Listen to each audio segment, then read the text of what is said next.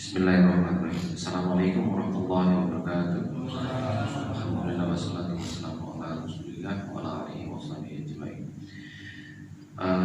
Bismillahirrahmanirrahim. Alhamdulillah kita bisa melanjutkan tentang sedikit edukasi mungkin tentang kesehatan yang mungkin banyak skip ya bulan-bulan kemarin karena memang saya juga ada kondisi sakit waktu itu. Kemudian sebelum berikutnya lagi saya lagi ke luar kota.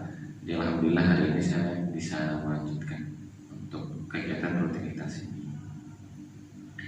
Kemudian yang mau kita bahas mungkin di subuh hari ini itu saya sudah memperhatikan kurang lebih 1 bulan ke belakang isu kesehatan ini, yaitu tentang vaksin TBC dan sakit TBC-nya sendiri. Jadi ini kalau saya perhatikan di media sosial sangat banyak informasi yang misleading atau mengarahkan informasinya itu ke arah yang tidak benar. Tapi saya juga memberi edukasi ini bukan mengajak, bukan juga melarang. Nah kok gitu dong? Yang ingin saya sampaikan adalah biar Bapak dan Ibu mengerti kenapa itu ada, kenapa itu dilakukan. Sebenarnya itu kayak apa sih ilmunya yang benar secara gambar umum aja. Karena kalau mau dijabarkan detail panjang ya, nanti nanya ini buat video aja kalau kayak gitu. Kalau nanya di sini panjang sekali. Jadi yang mau saya mulai jelaskan dulu tentang sakit TBC itu apa? TBC itu disebabkan oleh kuman, bukan virus, bukan jamur. Namanya Mycobacterium tuberculosis. Dia itu bisa atau mungkin lazimnya itu menyebabkan sakit di paru-paru. Tapi ternyata bisa di luar paru-paru. Bisa aja di selaput otak. Bisa aja di usus.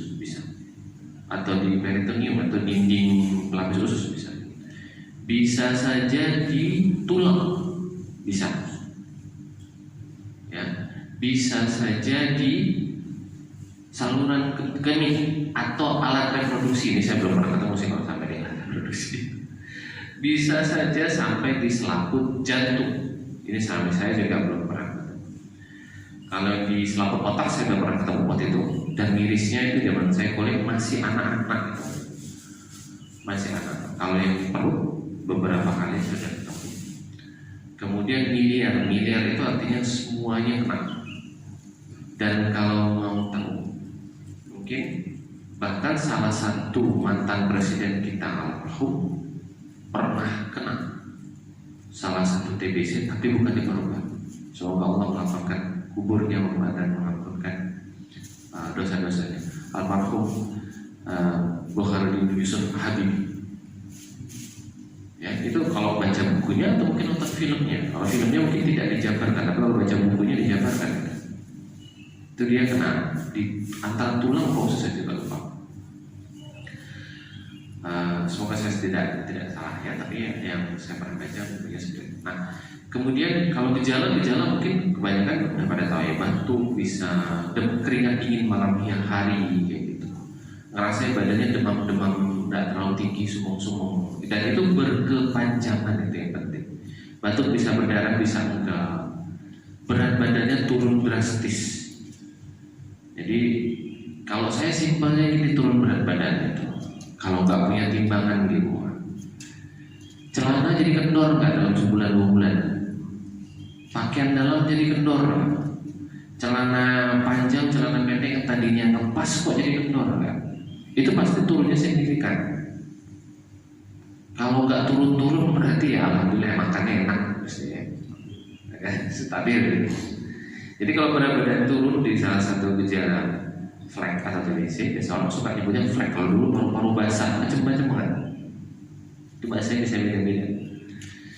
Nah itu yang di paru-paru. Sedangkan kalau misalnya dia di luar paru-paru, ya bisa macam tergantung tempatnya di mana.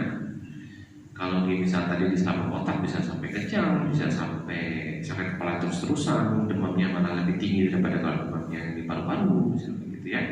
Kemudian kalau misalnya di tulang, ya jadi tulang, bentuk tulang belakangnya itu jadi berubah, kan paling sering kenanya di tulang belakang ya. Jadi namanya bentuknya gibus. Jadi tulang belakangnya itu akan sangat-sangat bungkuk gitu banget. Dan itu di tengah-tengah, jadi bukan bungkuk di pinggang sini, bukan bungkuk karena umur orang tua, enggak. Seringnya dia agak tinggi. Berapa kali saya ketemu selalu di sekitaran tulang belakang di antara belikat, paling sering, nggak tahu kenapa. Tapi memang berapa kali saya ketemu posisinya di situ. Nah, kemudian perkembangan dari sakit TBC itu sendiri, kalau dari segi pengobatannya ada yang namanya drug susceptible tuberculosis, ada rifampicin resistant, ada multi drug resistant, ada extensive drug resistant, ada extensive drug resistant. Apa sih itu dok? Bingung saya dengarnya. Simpelnya gini, ada yang bisa pakai obatnya itu, kalau diibaratkan dengan senjata, ini masih bisa pakai pistol. Ada masih pakai pistol. Oke, berikutnya yang kedua, oke pakai senapan. Yang berikutnya pakai bazooka. Yang berikutnya pakai roket. Ada yang pakai roket gajur. Segitunya sekarang TBC itu. Dan itu saya udah mungkin sama beberapa kali ketemu yang mungkin bisa dibilang pakai bazooka nggak mempan. Kalau pakai roket saya belum pernah ketemu. Yang pakai roket nggak mempan. Yang pakai roket namanya XDR, Extensive Drug Resistant. Itu udah paling tinggi, itu yang pakai roket apa gitu ya. Nah, roketnya itu istilahnya itu udah senjata paling terakhir, itu pun udah nggak mempan. Bayangin ujungnya kemana kalau udah macam. Bagaimana membedakannya? Itu biasanya sudah pakai laboratorium khusus, pengambilan dahaknya khusus, namanya TCM atau tes cepat molekuler. Jadi dahaknya itu diambil dan dilihat bukan lagi kumannya, tapi protein-protein tertentu dari kumannya. Jadi kenapa TBC itu penting? Karena susah banget dibasminya. Ada dari zaman dahulu itu sudah ada. Kenapa Bapak Ibu pernah dengar istilah paru-paru basah atau flek? Ya itu karena dari dulu memang udah ada. Enggak dari baru muncul sekarang, enggak. Karena sekarang aja mungkin teknologi udah lebih canggih, udah bisa ketemu yang tadi bazooka sampai pakai roket itu nggak mempan. Kalau dari dulu sudah ada. Jadi maka dari itulah sebenarnya kita butuh vaksin atau butuh imunisasi. Kalau pada anak-anak, anak-anak itu imunisasinya ada. Lah yang mana dong untuk TBC? BCG itu yang mana dong? Ini yang digores di sini deh. Bapak Ibu kalau punya tanda tak kanan tak kiri, paling sering biasanya kanan. Kalau biasanya kalau zaman sekarang ibu-ibu atau bapak-bapaknya kalau misalnya pengen anaknya jadi artis atau model, nggak pengen ada cacat di sini, taruhnya di pantat, di setelah pantat bahkan ada pakai teknik kayak gitu. Itu biasanya gitu untuk TBC. Lalu kenapa si Bill Gates? Tahu ya Bill Gates ya? Itu yang punya saham Microsoft, 2 nomor ekuitas atau stok atau saham nomor 2 paling banyak dan paling mahal beredar di seluruh dunia. Nomor 1-nya emas, ya, nomor 1-nya emas. Nomor 2-nya itu Microsoft. Kok dia sempat-sempatnya mau begini-beginian? Nah, makanya istilah mereka filantropis. Ya, itu istilahnya mereka filantropis. Jadi kenapa kok dibela-belain? Karena ya itu tadi perkembangannya sudah sampai ada TBC yang kebal dengan bazooka atau roket. Jadi harapannya nanti vaksinnya itu untuk orang dewasa kisaran kalau nggak salah 15 sampai 44 tahun. Lalu dong, kenapa dia menyumbang tapi dia menguji cobakan ke manusia? Nah, ini yang banyak salah kaprahnya. soal uji coba. Emang kita mau dijadikan uji percobaan lagi, dalam tanda kutip lagi, menyamakan informasinya dengan waktu keadaan COVID? Gitu. Emang kita mau dijadikan percobaannya orang kaya? Dia bukan orang kaya, dia tuh kayaknya tajir melintir ya. Itu sebenarnya bukan kaya lagi itu. Duitnya nggak bersih gitu. Kok kita mau? Jangan mau gini dan begitu. Jadi pahami dulu, namanya setiap vaksin, obat itu pasti ada fase uji cobanya. Bapak Ibu minum paracetamol sekalipun, itu amoxicillin sekalipun, itu ada fase sudah. Cuma udah lewat berapa puluh tahun ke belakang. Sama anak-anaknya atau cucunya Bapak Ibu, kalau misalnya udah terima vaksin atau imunisasi, sama itu udah uji coba. Kenapa waktu COVID itu nggak kayak gitu loh? Kenapa bisa cepat sekali?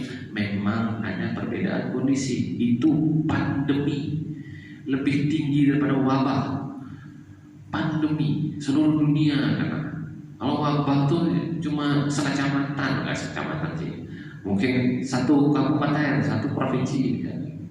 Beberapa kabupaten, beberapa provinsi itu mungkin wabah. Ini pandemi, jadi ada beberapa perbedaan memang. Nah, fase yang dikenalkan atau dilakukan di Indonesia itu untuk vaksin TBC itu adalah fase ketiga. Jadi fasenya itu ada beberapa, ada preklinis. Jadi biasanya masih di hewan. Kemudian fase pertama itu sudah pada manusia. Itu fase pertama ada fase. Cuma sedikit orang yang dilakukan percobaan itu atau uji klinis itu. Itu cuma paling ratusan, puluhan sampai ratusan. Kalaupun obat sama. Fase kedua ratusan juga, cuma lebih banyak. Nah fase ketiga itu harapannya biasanya puluhan ribu orang yang dilakukan. Nah kalau nggak salah di Indonesia itu salah satu sama India kalau nggak salah satu bagian Asia yang dapat fase ketiga uji coba vaksin ini. Dan pemantauan itu bisa 1 sampai 4 tahun kalau nggak salah. Kemarin pemantauannya itu sampai 3 tahun. Apa yang dipantau? Apakah kemungkinan itu akan menimbulkan efek jangka panjang atau interaksi? Interaksi itu jadi gini, setelah divaksin tertentu atau minum obat tertentu, kalau dicampur dengan obat lain atau mungkin vaksin lain, bisa interaksi nggak? Bisa muncul sesuatu reaksi nggak di badan kita? Jadi kayak gitu. Dan fase keempat itu sudah setelah dijual. Jadi setelah dijual tuh itu pun masih sebenarnya dalam obat itu ada pemantauan. Jadi kalau yang baru-baru itu, saya kasih contoh pemantauan itu obat yang terakhir itu namanya saya nggak boleh nyebut merek ya, karena saya lupa juga isinya apa kan. Dia obat untuk diabetes, bukan insulin tapi disuntikan seperti insulin. Disuntikannya cukup seminggu sekali. Namanya Ozempic. Itu kemarin heboh karena kemungkinan ada efek samping ke jantung kemarin, saya lupa. Silahkan dicek. Dan itu setelah dijual. Atau obat untuk memberhentikan merokok. Nah, bapak-bapak di sini saya ada belum? Ada. Dan setelah dijual itu tetap dipantau ada efek samping nggak? Ternyata ada. Kok saya nggak pernah dengar dong? Kenapa dokter biasanya tuh bidan biasanya atau menteri biasanya ngomong nggak ada obat untuk berhenti merokok? Mahal Pak. Ya Allah mahal. Bapak pasti bilangnya pas mau beli obat ini bilang mendingan gue beli rokok. Ada beli obat mahal tetap aja. Hal yang luar biasa. Jadi memang dalam vaksin itu diuji coba. Lalu dokter, kalau misalnya di vaksin itu saya nonton di TV atau mungkin Bapak Ibu pernah nonton kayak di acara-acara dokumenter gitu ya, mungkin di channel-channel kayak Discovery Channel atau National Geographic atau channel-channel berita gitu. Kok kok mereka divaksin dibayar ya dok? Uji coba vaksin dibayar. Memang lazimnya bisa sampai dibayar. Jadi pas mau uji coba kita fase ketiga kita terima, kayak kita minta fase ketiga fase kedua itu memang bisa dibayar, kita bisa terima duit. Cuma kalau di Indonesia diatur oleh regulasi tertentu, oleh BPOM mungkin kalau nggak salah sama Kemenkes. Jadi kalaupun dibayar itu tidak boleh dalam bentuk membeli partisipasi. Jadi misalnya, kamu saya uji coba itu saya bayarnya itu gede, gede banget, bisa sampai beli HP baru misalnya kayak gitu. Nah, itu berlebihan. Dalam etika itu tidak boleh kalau di Indonesia, saya nggak tahu kalau di luar ya. Nah, jadi biasanya kompensasinya gimana? Ya, ada kompensasinya gimana? Biasanya kompensasinya itu adalah sebatas ini nggak enak sebenarnya. Untuk ganti waktu, biaya transportasi, rasa tidak nyaman atau resiko-resiko ringan. Kita agak gimana ya?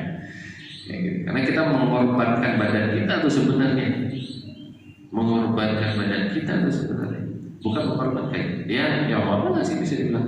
Jadi karena kita memberikan badan kita untuk sesuatu yang masih dalam pemantauan sampai ke fase ketiga atau beda dengan fase kedua. Jadi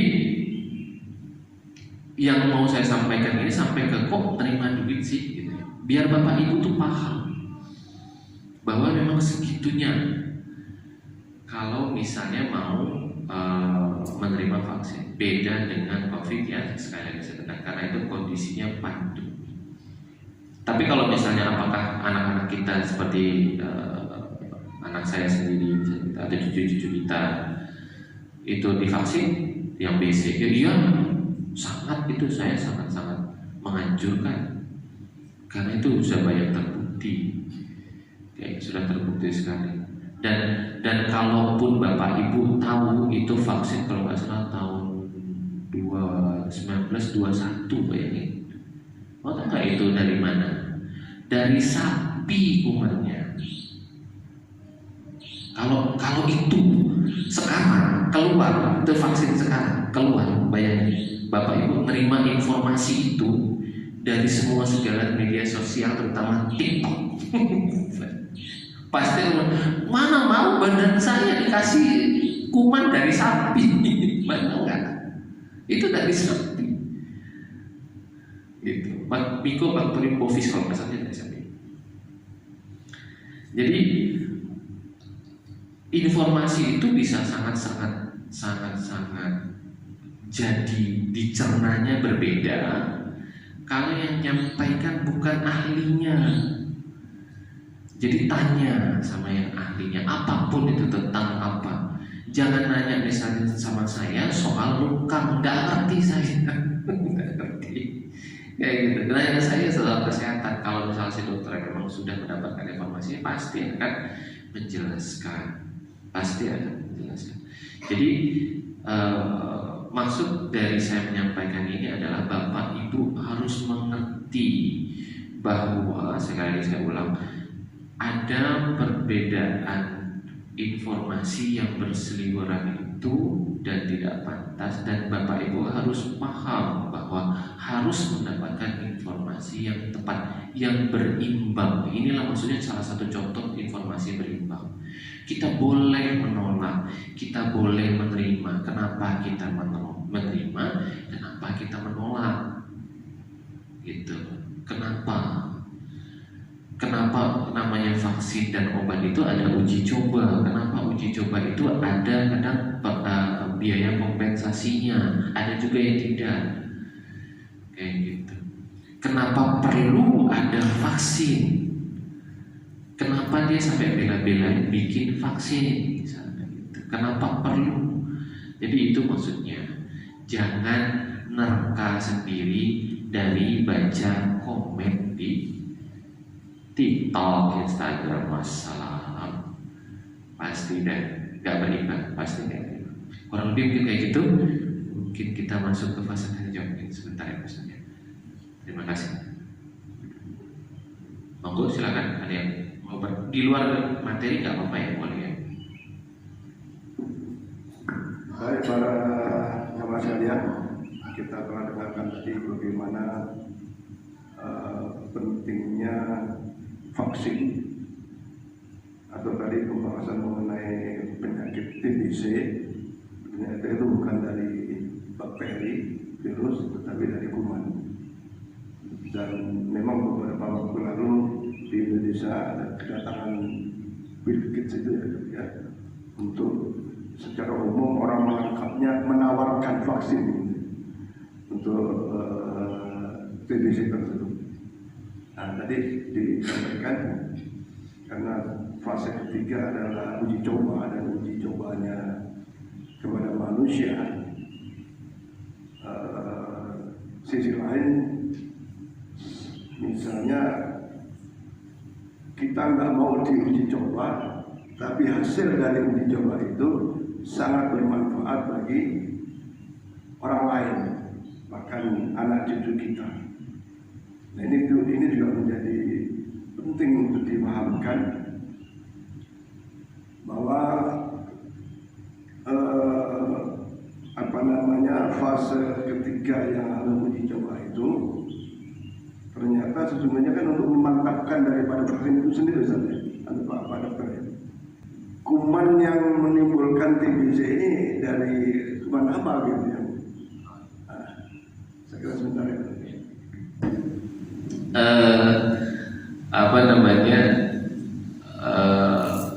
Kalau misalnya kuman itu atau bakterinya itu dari mana sih? Dari mana dia datangnya? Kalau dibilang dia datangnya dari mana, lebih tepatnya mungkin dari lingkungan. Apa sih kuman itu? Apa sih bakteri itu? Seringnya kayak gini. Berapa kali saya pernah ketemu kondisi bahwa kalau saya tanya, Bapak Ibu, mohon maaf karena memang pada dasarnya sudah dibekali waktu kuliah atau pas belajar ya. Bapak Ibu maaf bisa kena ini, kira-kira ada nggak ketemu orang yang batuk-batuk lama gitu, sering ngobrol, sering duduk bareng, ngopi, merokok bareng-bareng. Dia bilang iya ada. Sampai urusan orangnya, iya. Nah, itu bisa dapat dari situ bisa.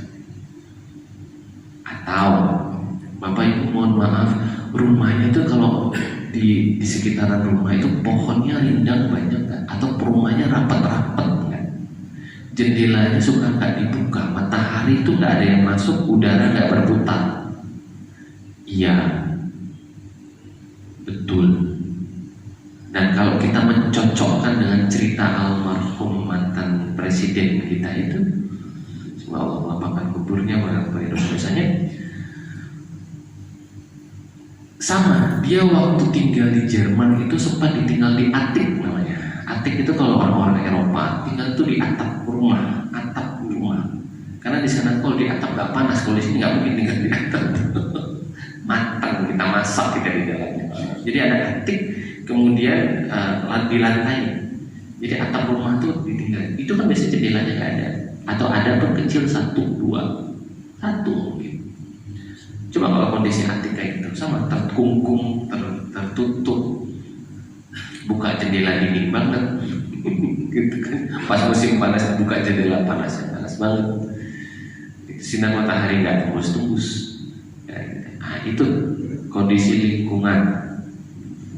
Nah, makanya kadang-kadang saya juga suka nanya untuk memastikan kira-kira, karena sebelum dokter main ronsen aja, biasanya dokter tuh nanya kan, wawancara dulu anamnesis, betul nggak nih arahnya ke sana kayak gitu, matching nggak? Karena ada nggak penyakit yang mirip sama TBC? Banyak banget kayak gitu. Semua penyakit paru-paru mirip sama TBC, mirip. Jadi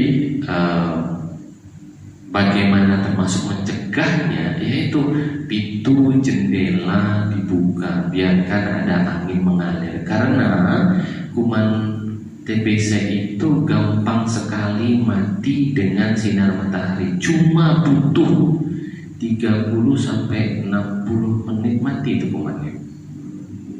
mati kumannya. Bahkan lebih kuat COVID ya. COVID itu nggak salah 56 derajat Celcius masih belum mati itu kuman. Jadi virusnya kalau COVID. Jadi segitu gampangnya sebenarnya mencegahnya itu gampang. Ya daripada ngobatin tadi ya, kalau ngobatin bayangin basoka nggak mempan, roket nggak mempan, mungkin gitu Mas. Tipes itu penyebabnya Pak, tipes ini. Mohon penjelasannya. Bismillahirrahmanirrahim. Jadi kalau tipes disebabkan oleh kuman atau bakteri Salmonella type B namanya. Ini adalah begitu lidahnya pahit sedikit, wah tipes nih saya gitu ya. Enggak, sakit tenggorokan tuh lidahnya bisa pahit. COVID kemarin pun lidahnya bisa pahit, bahkan nggak rasa apa-apa kan kayak gitu. Jadi nggak ada gitu. Jadi kalau tifus itu kuman yang menyerang pencernaan, usus yang diserang. Pencernaan itu panjang ya, mulai dari mulut, kerongkongan, bukan tenggorokan ya, tenggorokan itu saluran nafas, lambung, usus kecil, usus 12 jari, usus kecil, usus besar keluar. Itu pencernaan, sepanjang itu kan pencernaan. Usus kecil itu 12 meter, 10 meter itu dalam perut kita kalau direntang. Kok tahu dong, dokter pernah ngerentang? Nggak pernah ya. Jadi usus yang diserang itu adalah usus 12 jari biasanya. Itu pertama kali ditemukan oleh seorang ibu-ibu kalau salah di Eropa kalau nggak salah. Ditemukan pada jasad seorang ibu-ibu yang terkena tipes. Dia itu kalau nggak salah ibu rumah tangga apa jualan masak, saya juga lupa. Pokoknya dia ditemukan pada itu. Nah begitu ditemukan kuman itu banyak di usus 12 jari. Nah kondisinya memang yang terkenal itu adalah demamnya naik turun, itu memang iya betul naik turun. Jadi nggak konstan, agak rendah di pagi hari, tinggi di malam hari. Keluhan pencernaannya dominan, artinya keluhan pencernaannya dominan itu keluhannya kebanyakan di pencernaan. Misalnya tadi satu gak enak mulut, gak enak makan, mulutnya pahit. Itu kan keluhan pencernaan. Mual, bisa BAB-nya agak lembek tapi nggak encer, tidak sering gitu. Tapi bisa juga malah konstipasi, susah BAB bisa. Kok bisa beda kayak gitu dong? Ya, namanya kuman itu dia ada strain. Jadi ada Salmonella type itu ada misalnya tipe 1, tipe 2, tipe 3 gitu ya. Ada strain. Jadi kalau dari saya dulu kuliah itu strain itu bisa menyebabkan perbedaan gejala. Pemeriksaan labnya, kalau ibu misalnya bapak pernah dengar, oh saya sel darah putihnya tinggi, serem gitu ya. Padahal bisul aja sel darah putihnya tinggi gitu. Kalau tipes sel darah putihnya turun di bawah normal, tidak selalu ya, tapi bisa turun di bawah normal, itu tipes. Cek darah lainnya ada namanya Widal, ada yang namanya IgM, ada satu lagi namanya Tubex. Itu macam-macam, sensitivitasnya bisa beda-beda. Jadi menegaskannya memang itu dengan laboratorium. Gejala bisa tipes, bisa saja berat gejalanya, bisa banget. Kalau misalnya dibiarin itu bisa banget, dibiarin. Selemas kayak orang sakit berat bisa. Recovery-nya lama bisa, recovery penyembuhannya tuh lama bisa. Jadi memang kalau tipes itu bisa saja nyerempet, padahal gampang banget obatinnya. Dan kalau Bapak Ibu mau, kayak pernah saya sampaikan, pernah tahu dari mana sih juga datangnya lingkungannya. Saya kasih contoh aja sebagai satu contoh saja ya. Sekitaran 1990-an, saya lupa 90 berapa, di Amerika itu pernah ada wabah tipes gara-gara telur ayam terkontaminasi. Dan itu beberapa negara bagian ribuan orang kena ribuan, hampir serentak. Jadi sudah wabah. Saya lupa 90 berapa. Itu gara-gara telur ayam. Lah kok telur ayam bisa? Nyangka kan? Dok saya jadi takut mau beli telur ayam, makan apa lagi nih dok? Gitu, nggak gitu juga ya. Makanya mengerti cara memilih telur yang baik. Ya, itu juga itu penting. Saya walaupun bapak-bapak pun harus ngerti. Gitu. Dan kuman tipes itu sebenarnya normal di dalam ususnya ayam. Normal. Kalau di ususnya kita sakit, di ususnya ayam normal. Walaupun beda strain, artinya beda jenisnya. Gitu. Jadi kalau masak ayam sampai matang itu harus benar. Kalau masak telur setengah matang bisa kena tipes, bisa. Bisa aja. Kayak gitu. Atau mungkin pas masak telur rebus gitu ya, mohon maaf ya, telurnya tuh masih ada ekong-ekongnya kiri, nggak dibersihin dulu baru direbus gitu. Nah, lo kan kena air panas gak mati kumannya, iya bener, tapi masak setengah matang kemudian masih masuk ke kumannya, mungkin ada yang bisa nembus barrier dari atau cangkang dari telurnya gitu. Bisa saja, bisa ya. Jadi hati-hati karena memang salah kaprahnya soal tipes adalah dipikir tuh dapat dari orang yang tipes dekat kita. Enggak, tipes kayak gitu. Apa yang masuk lewat mulut kita itu tipes. Apa yang masuk lewat mulut kita, apa yang kita makan, yakin bersih, tangan kita kotor. Kita makan, tangan kita bersih, tapi jajan tepi jalan udah tahu tempatnya mungkin agak tidak bersih dan tanda kutip. Bisa saja lalatnya banyak, bisa saja. Kayak gitu lah kurang lebih. Nah yang satu lagi, tipes itu bisa saja berbarengan sama penyakit lain, misalnya babil bisa aja, walaupun jarang ya. Tapi berapa kali saya ketemu ada batuk pilek, kok dibilang tipes karena bisa saja bareng-bareng.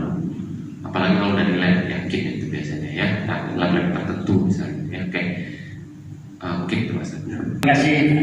Saya menyambung menanyakan tadi Pak Dokter kan bilang rokok itu ada obatnya supaya berhenti. Tanya mahal-mahalnya berapa gitu Pak. Terus saya tanya, kalau tipes itu kan napas sama batuk-batuk.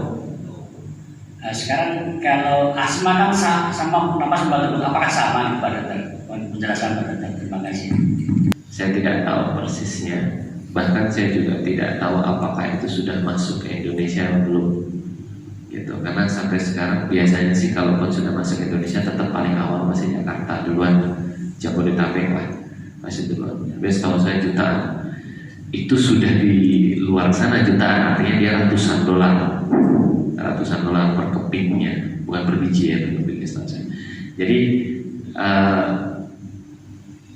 kalaupun masuk ke Indonesia plus pajak pasti mahal gitu, jadi tambah mahal kayak gitu. Dan banyak dari dokter dan ahli di luar Amerika dan Eropa. Kalau kedokteran itu biasanya kitabnya Amerika Eropa. Kalau sekarang nambah Cina ya, juga sama Taiwan, mereka dokternya canggih. Mereka itu tidak menyarankan itu sebagai senjata utama atau pilihan pertama. Kalau berhenti merokok enggak. Berhenti merokok itu bukan obat dulu yang pertama, bukan. Obat itu bukan pilihan pertama. Kemudian tipes itu batuk dan pilek. Saya mohon maaf, tipes itu bukan batuk dan pilek, cuma bisa dibarengi maksud saya. Nah, jadi biasanya ada flu, tapi kena tipes juga. Karena saya bilang tipes itu biasanya pencernaan yang dominan. Jadi dominan pencernaannya banyak, mual, mulut pahit, makan gak enak, BAB-nya mungkin berubah kayak gitu. Walaupun misalnya dia BAB-nya lembek, bukan encer ya, lembek, tapi cuma beberapa kali, 1 atau 2 kali. Gitu. Nggak, kalau misalnya encer sampai lebih dari 3 kali, mau udah diare, namanya ada beda lagi penyakitnya. Gitu.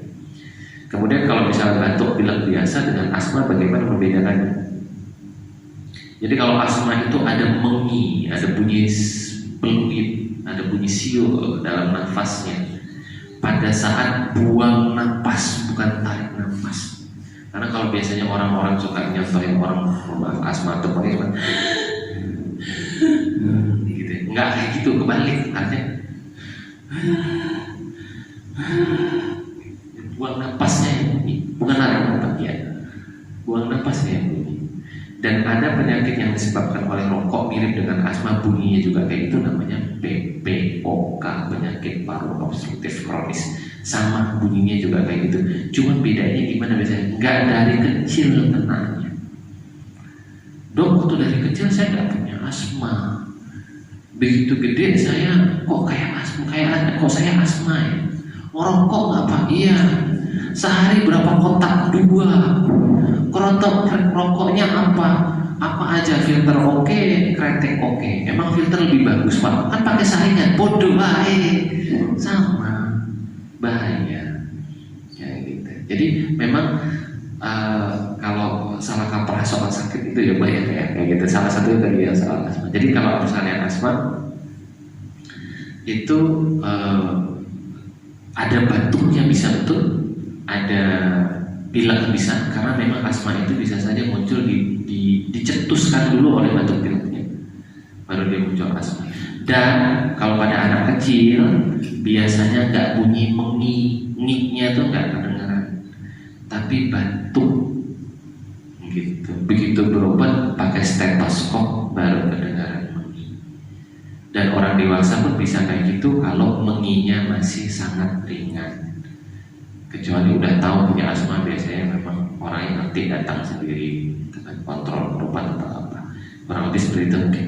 Artinya asma dengan TBC itu. Oh, dengan TBC. Oh iya, baik. Asma kalau dengan TBC itu maaf saya pikir tadi dengan TBC. Kalau dengan TBC itu berbeda. TBC tidak menyebabkan mengi.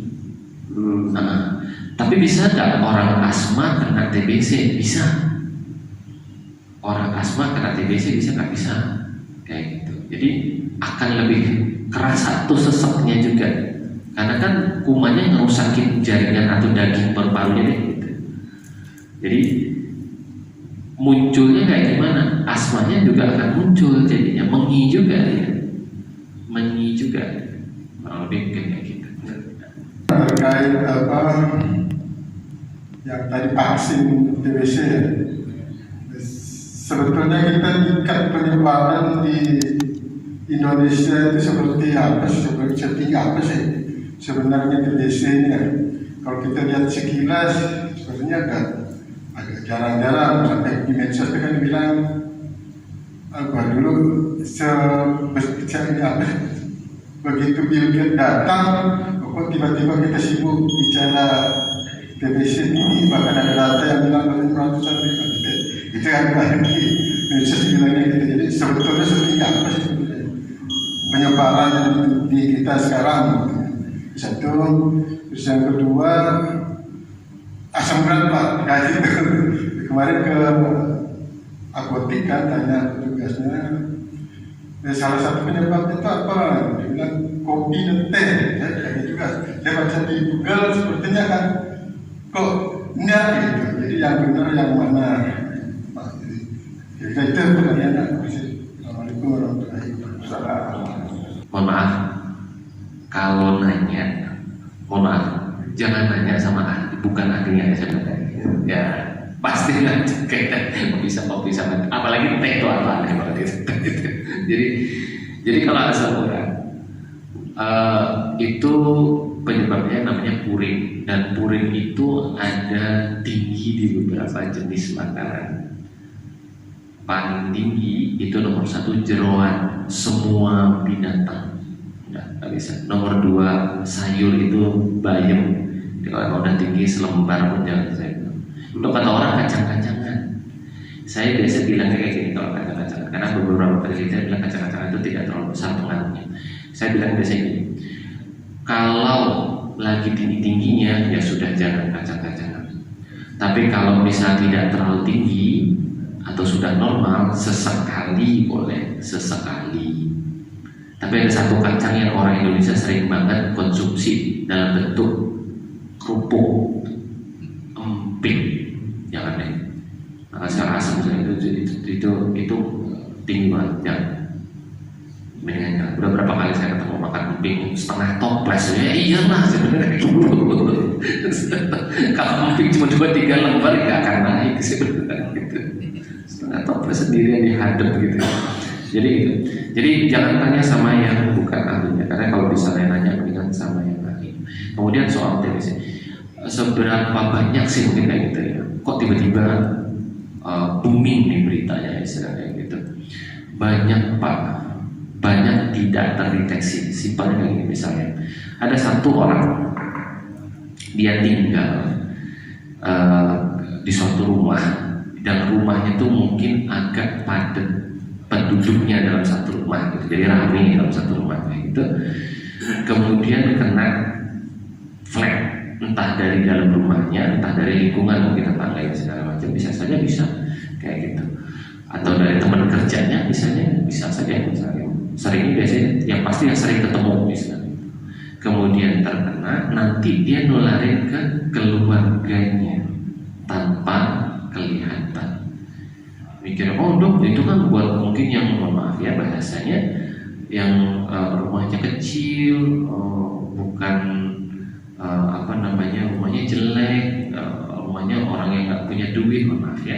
Gitu. Enggak, orang kaya udah kena pernah rumah gede cakep, kena TBC gitu dulu aja jepret ya.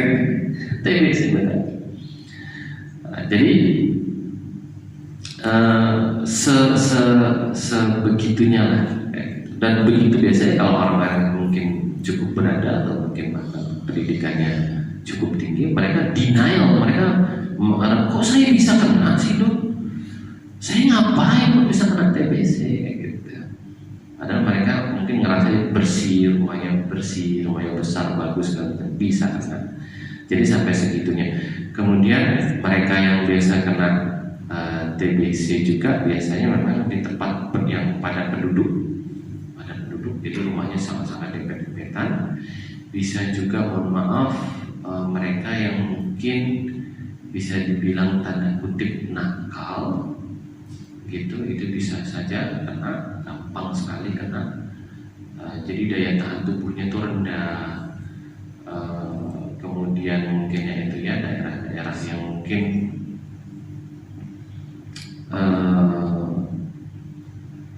gimana menghaluskan cara ngomong, memang bingung. Dalam tanda kutipnya nakal misalnya gitu. Itu bisa jadi sebenarnya lebih besar daripada kelihatannya. Datanya itu biasanya paling gampang kalau kita menanya ke puskesmas. Cara nanya datanya itu misalnya kayak gini, mungkin tahun ini sama tahun lalu nambah berapa, dan mirisnya tiap tahun nambah datanya, mungkin kurang lebih kayak gitu. Baik, saya kira cukup jelas. Jadi kenapa jadi begitu datang itu, mungkin populasi penyakit itu tiap tahun nambah gitu. Apalagi mungkin jumlah penduduk kita banyak, kemudian lingkungan sebagian padat ya. Misalnya kayak di Jakarta itu daerah-daerah tertentu tuh, waduh, sumpok kayak gitu ya. Walaupun tidak selalu yang sumpok itu menimbulkan penyakit TBC. Ternyata tadi ada orang kaya, rumah mewah, kena juga, termasuk baru. Baik para jamaah sekalian, saya kira alhamdulillah banyak materi yang kita bisa dengarkan, kita pahami, dan tentu saja kita berusaha untuk menghindari timbulnya penyakit bagi diri kita dan keluarga kita, termasuk lingkungan kita, supaya kita bisa sehat walafiat, dan dengan sehat itu kita bisa sempurna dalam melaksanakan tugas atau sempurna dalam ibadah kita. Pada para dokter kemudian terima kasih, dan mudah-mudahan menjadi ilmu yang bermanfaat, jariah ilmu, sehingga mendapatkan kepada usaha Allah Subhanahu wa Ta'ala, dan kita bisa mempraktikkannya. Saya kira demikian para jamaah sekalian. Sekali lagi, dan kita semua sehat walafiat, panjang umur, dan kita antisipasi hal-hal yang memungkinkan kita menjadi sakit. Mari kita tutup dengan doa karena mudah-mudahan bertahan dengan kita. Al-Fatihah. A'udzubillahi minasyaitonir rajim. Bismillahirrahmanirrahim. إياك نعبد وإياك نستعين صراط المستقيم صراط الذين أنعمت عليهم غير المغضوب عليهم ولا الضالين آمين. بسم الله الرحمن الرحيم الحمد لله العالمين حمدا شاكرا حمدا ناعما حمدا يوافي نعمه وكان فجيلا يا ربنا لك الحمد كما عليم بجلالتك الكريم سلطانك. اللهم صل على سيدنا محمد وعلى آل سيدنا محمد طيب القلوب ودواعيها وعافية الأبدان وشفائها ونور الأبصار وهدائها وعلى آله وصحبه وسلم. اللهم اغفر لنا ذنوبنا والدين حمد كما ربنا صغارا. اللهم بحق الفاتحة الشر الفاتحة وبجاه الفاتحة كرامة الفاتحة وبنور الفاتحة ومعجزة الفاتحة يا فاتح يا كاشف الغم يا مجيب دعوة المبتلين رحمة الدنيا والآخرة ورحمهم أن ترحمنا فارحمنا برحمة تغنينا بها الرحمة والشفاء دوام بأسماء الخلق والحياة بها سلام وآخر الدوام الحمد لله رب العالمين. اللهم صل على سيدنا محمد صلى الله على محمد صلى الله